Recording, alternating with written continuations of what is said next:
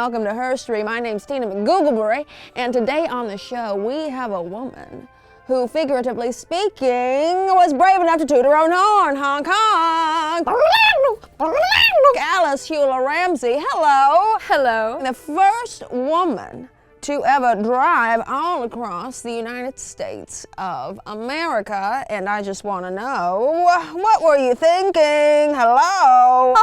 Back in this time, in 1909, that was close to a rhyme. Rather strange for a woman like yourself to be driving, especially a married woman. Autoists were just beginning to drive these newfangled automobiles, and I'd taken the horse out for a little carriage ride, and one of those automobiles went in front of the carriage, spooked my horse, and it went off running. Whoa, Nellie! My husband, John Rathbone Ramsey, decided it was time for me to get a car. I drove 6,000 miles all around Montauk the first summer I had the car. Now, Alice, how did you come to do this very extended drive? Word had gotten around of my motoring skills, partially because by that time I had become president of the Women's Motoring Club in New York. A representative from an automobile company called Maxwell approached me and said, "Would you like to drive a Maxwell car across the country?" So, in 1909, I did it. We were really riding in style. It was a dark green, 4-cylinder, 30 horsepower Maxwell DA leisure car with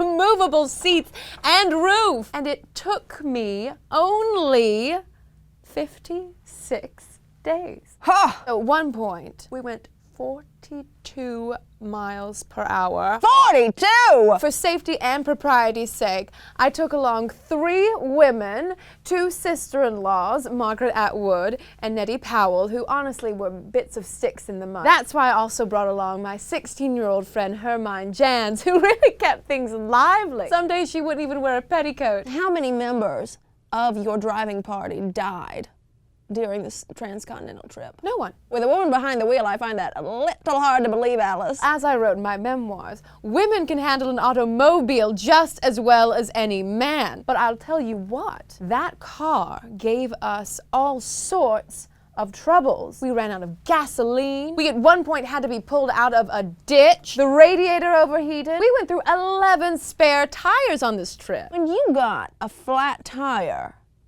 who changed it? I did. Don't even get me started on trying to find our way around. In some places, particularly in the West, roads didn't even really exist, and there were no road maps. We relied on these little booklets called blue books, and they essentially charted your course based on landmarks. At one point, we were supposed to turn right at a yellow barn. I saw a green barn, but no yellow barn in sight. Knocked on the farmhouse. The farmer's wife answered and was profusely apologetic that her husband had repainted the barn green to throw off autoists. To be fair, green is a nicer color than yellow. It was a little bit dangerous at times. At one point we ran into a roadblock of policemen looking for a murderer. Sometimes we would have hecklers shouting, "Get a horse! Get a horse!" For the most part, people were very kind and quite excited to see a car full of women. When you and your party victoriously arrived in California, the San Francisco Chronicle reported, quote, "Pretty women motorists arrive after trip across the continent." Do you take issues with them calling you pretty? Is that really accurate news reporting?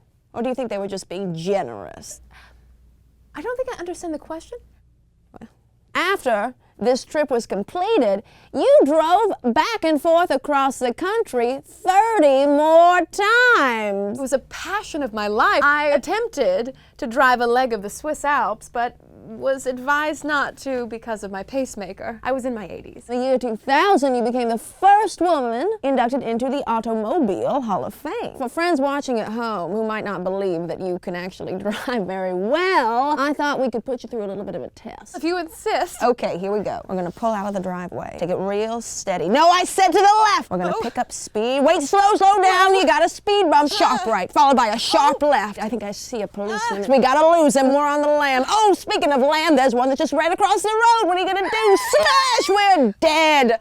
Ladies and ladies, I'm afraid Alice Huyler Ramsey did not pass the Herstory driving test. Could hand over your license and registration. I can't even vote yet. Please don't make me give up my license. Alice Huyler Ramsey of motoring fame, thank you so much for coming on Herstory. And I tell you what, if I ever get behind you on the road, I'm pulling over.